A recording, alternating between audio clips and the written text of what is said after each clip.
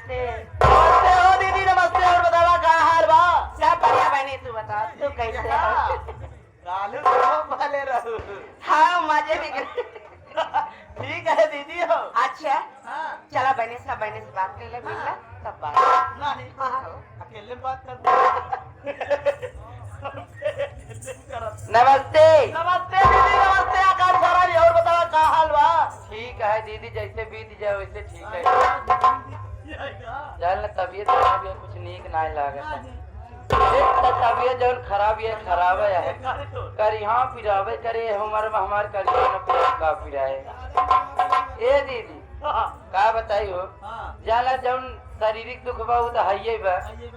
असैया जी जनतनी है झोकाई में चलता है आजकल ठब गया है। अब तो है ना आया है तरह बार फोन के घोला अब ना आया है। यही वजह हमका तनका घर में नीक नहीं लागत बा। वहाँ पागल वहाँ झोकैया करता है। तू जा निकासी करा। आई है बचाई बा हमका बुद्धि नहीं हो गई नहीं करे बाद वही करबै अब निकासी नहीं पाऊ ना। हर हर दोनों जने साथ जीते नहीं बहनी हमरे बस का नहीं मेहनत वाला काम हम ना कर पाओ। सबका खाली लेट के खाए पाबू बस वही काम हम कर चाहबे करी।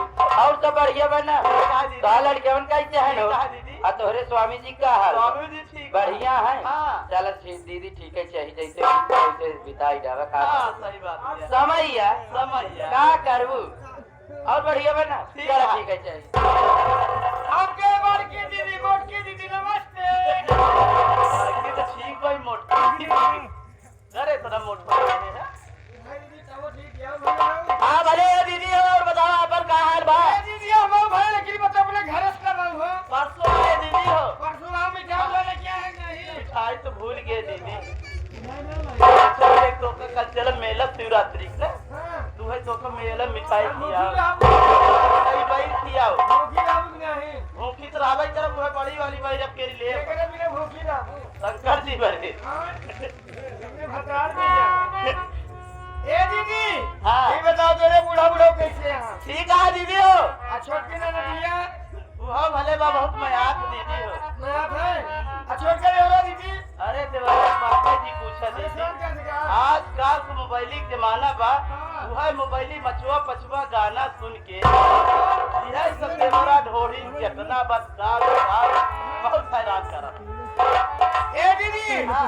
मैं